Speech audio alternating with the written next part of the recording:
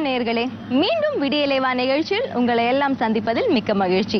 காலை எழுந்தவுடன் படிப்பு, பின்பு கனிவு கொடுக்கும் நல்ல பாட்டு என்பது மகாகவியின் வாக்கு.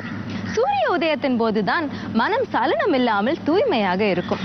அப்போது நல்ல விஷயங்களை தெரிந்து கொள்வது நல்லதே. அந்த வகையில் விடியலேவா நிகழ்ச்சியிலும் புதிய பகுதிகள் இடம்பெறுகின்றன. உங்களுக்கு நம்பிக்கையூட்டும் வகையில் வாருங்கள், நிகழ்ச்சிக்கு செல்லலாம். உடல் வலிமையோடு இருந்தால்தான் உயர்ந்த லட்சியங்களை எட்ட முடியும். உயிர் வாழ்வதற்கு உடலே ஆதாரம். உடலை வலிமை பெற செய்யும் முயற்சிகளில் உடல் பொலிவும் தளர்ந்து விடக்கூடாது என்பதே முக்கியம். உடலின் வலிமையையும் கூட்டி பொலிவும் ஏற்பட செய்யும் எளிய முறை யோகாசனங்களை கற்றுத்தர நிகழ்ச்சியின் முதல் பகுதியாக வருகிறது வலிவும் பொலிவும்.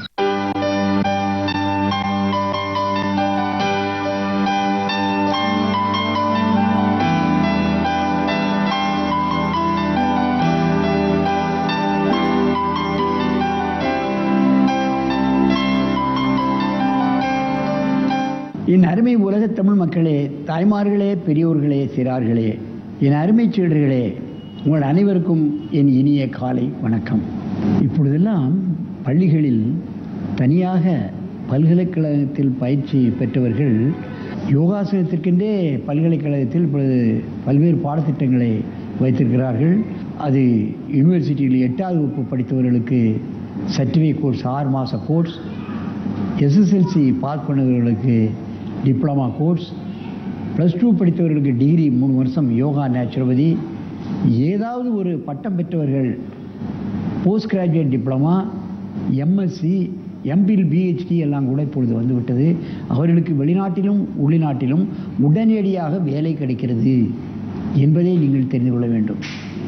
கம்ப்யூட்டருக்கு அடுத்தபடியாக அதிகமாக சம்பளம் பெறக்கூடிய, வெளிநாட்டிலே பெறக்கூடிய எதுன்னு கேட்டால் இந்த யோகாசனத்தில் பட்டம் பெற்றவர்கள், பட்டயம் பெற்றவர்கள், டிகிரி பெற்றவர்கள் தான் என்பதை நீங்கள் தெரிந்து கொள்ள வேண்டும். கிட்டத்தட்ட ஒரு 4-5 ஆண்டுகளில் 80,000 பேர், ஆயிரக்கணக்கான பேர்கள் இன்றைக்கு வெளிநாட்டில் சென்று விட்டார்கள். அங்கே நல்ல சம்பளத்தில் அவர்கள் வேலை செய்து கொண்டிருக்கிறார்கள். அந்த நிலையில் இன்றைக்கு பாருங்கள், ஓசூர் கிரீன்வே வேல் மெட்ரிகுலேஷன் பள்ளியிலிருந்து குருகுலம் யோகா அகாடமியில் அங்கே பல்கலைக்கழகத்தில் டிகிரி பெற்ற யோகா மாஸ்டர் மாணவர்களை அற்புதமாக பயிற்சி செய்திருக்கிறார். ஏன் மாவட்ட, மாநில, அகில இந்திய, உலக அளவிலே மாணவர்கள் வெற்றி பெறக்கூடிய அளவுக்கு அங்கே மாணவர்கள் தகுதி படைத்தவர்களாக இருக்கிறார்கள். எங்கே போட்டி நடந்தாலும் சென்று விடுவார்கள். பாருங்கள், அவர்கள் எங்கே இருக்கிறார்கள்? ஓசூர், கர்நாடகா பார்டர், ஆந்திரா பார்டர், அங்கேருந்து இங்கே வருகிறார்கள். நமது அரங்குக்கு வந்து அவர்கள் இப்பொழுது ஒரு அற்புதமான ஆசனத்தை செய்ய போகிறார்கள்.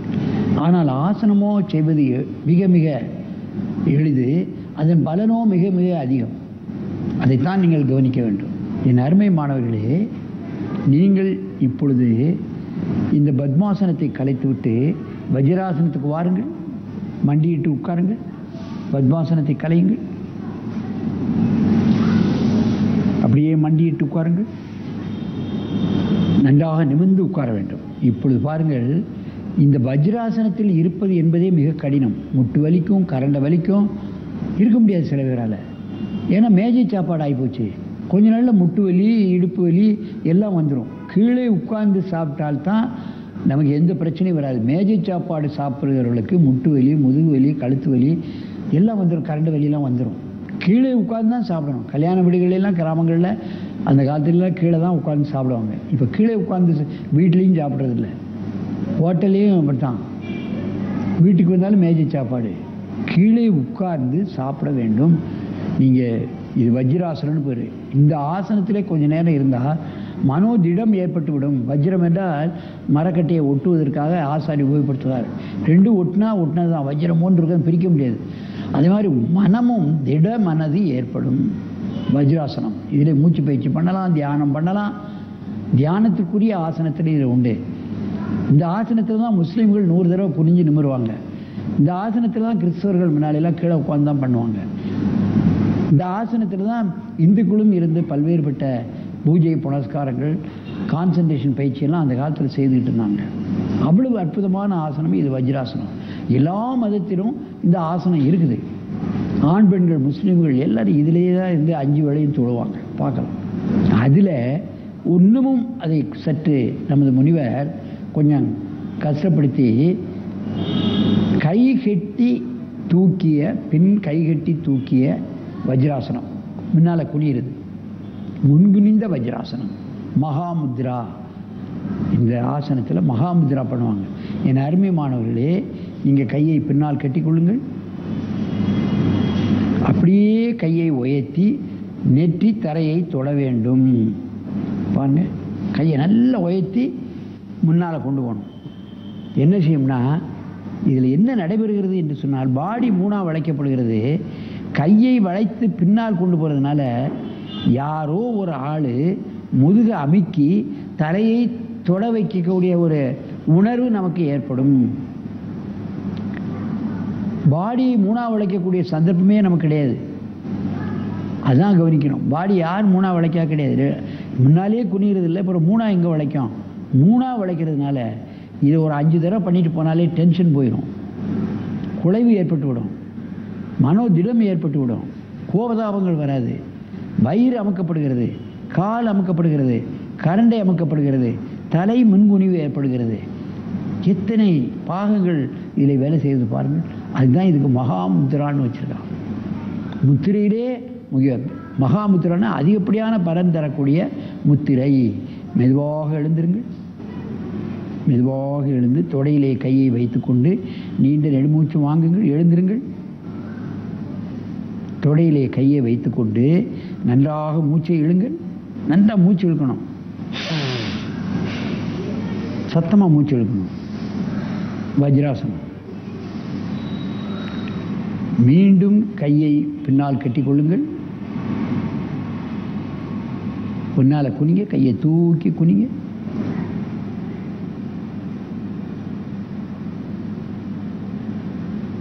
வயிறு சம்பந்தப்பட்ட பிரச்சனைகள், முட்டு சம்பந்தப்பட்ட பிரச்சனைகள் இதெல்லாம் அந்த ஆசனத்தில் இயங்கும். முதுகு வலி, இந்த ஆசனத்தை சாயங்காலமும் காலையிலும் மத்தியானம் 3 வேளையும் ஒரு 10 தடவை பண்ணோம்னா இந்த L4 வயல் உள்ள முதுகு வலி போயிடும். வயிற்றில் சம்பந்தப்பட்ட கேஸ் ட்ரபிள், கான்ஸ்டிபேஷன் இதெல்லாம் போயிடும்.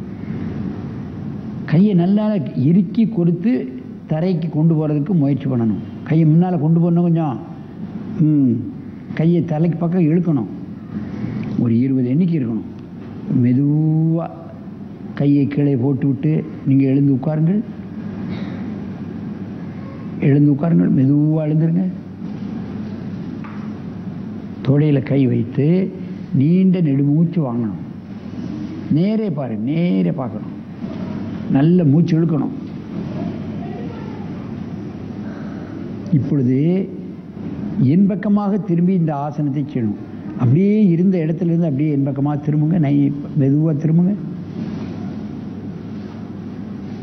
ஒரே கோட்டுக்கு வரணும், முன்ன பின்ன இருக்கக்கூடாது. என் பக்கமாக ஒரே லைனில் இருக்கணும். காலை பின்னால் விட்டுட்டு தொடையில் கை வச்சு நல்லா கம்பீரமாக மூச்சுடு.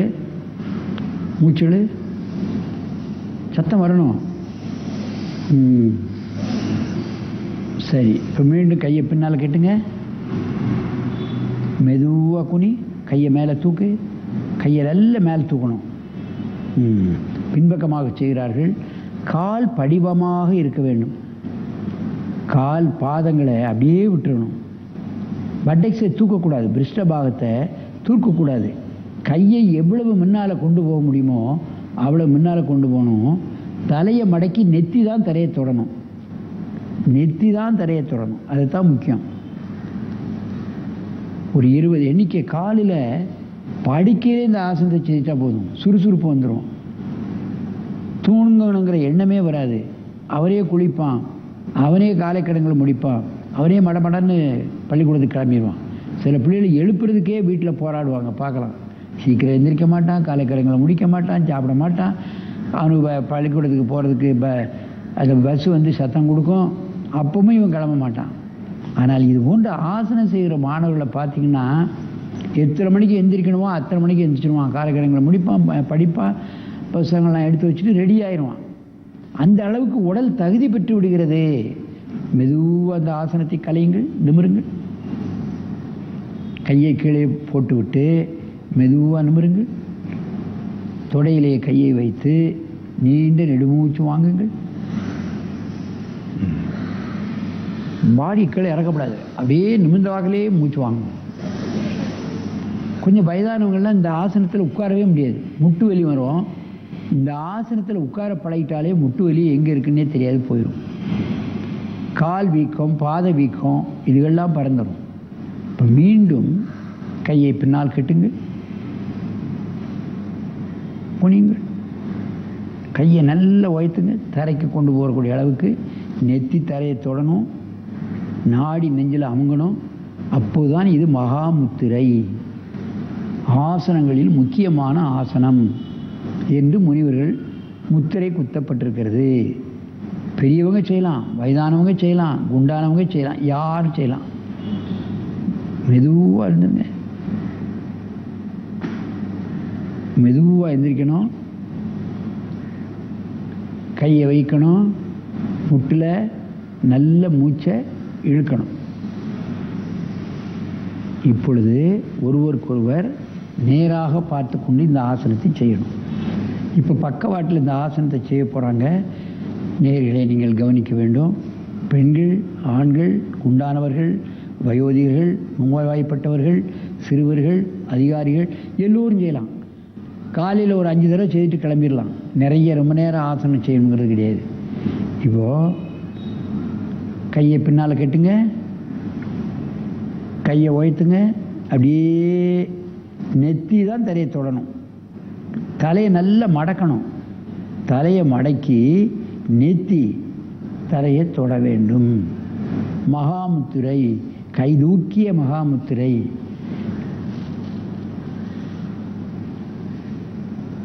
வயிறு பெருசாக இருக்கும், உட்காரவே முடியாது. அவங்க என்ன பண்ணணும், கையை முன்னால் வச்சுக்கிட்டு கூட கொஞ்ச நாள் பழகலாம். மெதுவாக இந்த ஆசனத்தை கலைத்து எழுந்துருங்கள், மெதுவாக எழுந்துருங்க. நல்ல மூச்சு வாங்க, நல்ல மூச்சு வாங்கணும்.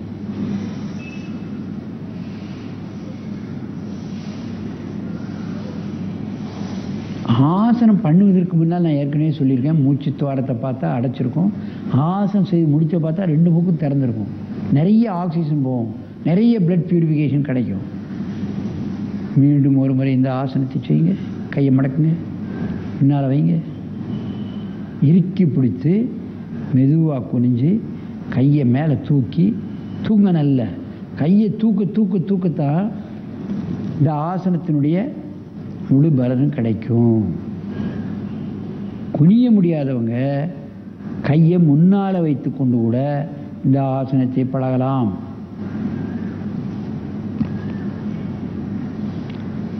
மெதுவாக எழுந்திருங்கள். தொடையில் கையை வைங்க, நல்ல மூச்சு இழுங்க, நல்ல மூச்சு.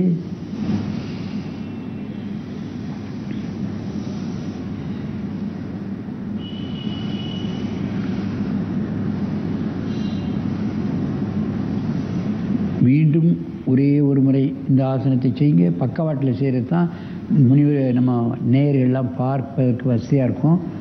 கை எப்படி வச்சுருக்காங்க, கால் பாதம் எப்படி இருக்குது, தலை எப்படி வச்சுருக்காங்க, கையை எப்படி தூக்குறாங்கிறத பக்கவாட்டில் பார்த்தா தான் தெரியும். கை தூக்கிய மகாமுத்திரை 20 எண்ணிக்கை 5 தடவை காலையில், மத்தியானம், சாயங்காலம். பள்ளிக்கூடங்களில் இன்டர்வெல்ல வெளியே சாப்பிட்டு போட்டால் கூட ஒரு 4 தடவை இந்த ஆசனத்தை கிரவுண்ட்லேயே பண்ணிவிட்டு அப்புறம் சாப்பிட்டு கூட மணி அடித்தா உள்ளே போகலாம். மத்தியானத்துக்கு மேலே சோர்ந்துருவாங்க பிள்ளைகளெல்லாம். அப்போ இந்த சோர்வு ஏற்படாது, பாடங்களை கவனிக்காமல் தூங்குவாங்க பள்ளிக்கூடத்தில். அந்த மாதிரியான நிலையெல்லாம் வராது. சில பிள்ளைகள் பள்ளிக்கூடத்தில் தூங்குறதுக்குன்னே வருது. வாத்தியார்கள் எவ்வளோதான் சத்தம் போட்டாலும் அந்த களைப்பு தட்டி விடுகிறது பல்வேறு பிரச்சனைகளால், டென்ஷனால். மெதுவாக எழுந்துருங்க, எழுந்துருங்க. நீண்ட நெடுமூச்சு வாங்கிக் கொள்ளுங்கள். ஒரே நேராக வந்து ஒரே வரிசையில் உட்காருங்க. நேரே பார்த்து பத்மாசனத்தில் சின்முத்திரையில் வச்சு கம்பீரமாக உட்காந்து 2 மூச்சு இழுங்க. என் அருமை பெரியோர்களே, தாய்மார்களே, சிறுவர்களுக்கு மட்டும் இந்த ஆசனம் அல்ல, எல்லா தரப்பினருக்கும் இந்த ஆசனம். அது வயோதிகர்களாக இருக்கட்டும், குண்டாக இருக்கட்டும், பெண்களாகட்டும், ஆண்களாகட்டும், சிறுவர்களாகட்டும், இல்லை கடுமையான வேலை செய்யக்கூடியவர்களாகட்டும், இந்த ஆசனத்தை பண்ணணும். அவங்க நான் தான் கடுமையாக உழைக்கணும், எனக்கு எதுக்கு ஆசனம்னு கிடையாது. உழைத்தால் ஒரு குறிப்பிட்ட பகுதியை தான் அது பாதிக்கப்படுகிறதே தவிர உள் உறுப்புகளை, உடலையும் மனதையும் பாதிக்கக்கூடியதுதான் ஆசனம். உடலையும் மனதையும் செம்மைப்படுத்தக்கூடியதுதான் ஆசனம். அதை நீங்கள் தெரிந்து கொள்ள வேண்டும். எல்லோருக்கும் மனப்பிரச்சனை வருகிறது. சிறுவர்களுக்கு வருகிறது, தொழிலாளருக்கு வருது, கலெக்டருக்கு வருது, மந்திரிக்கு வருது, எல்லாத்துக்கும் வருது. அப்போ உடலும் மனமும் செம்மையாக இருந்தால்தான் அன்றைய நாள் செம்மையாக போகும், கெடுத்த காரியங்கள் செம்மையாக முடிக்க முடியும். ஆகவே எல்லோருமே இந்த ஆசனத்தை செய்யக்கூடிய அளவுக்கு தான் நமது முனிவர்கள் இது போன்ற ஆசனங்களை வைத்து அது மகாமுத்ரா என்று சொல்கிறார். நிறைய பலன் கிடைக்கும் என்று சொல்கிறார். ஆகவே நிறைய பலன் கிடைக்கக்கூடிய இது போன்ற ஆசனங்களை காலையிலும் மாலையிலும் விடாமுயற்சியோடு பழகி நீங்கள் என்றும் ஆரோக்கியமாக இனிது நெடிது வாழ வேண்டும் என்று கேட்டு உங்களிடமிருந்து விடைபெறுவது ஆசனா ஆண்டியப்பன். வணக்கம்.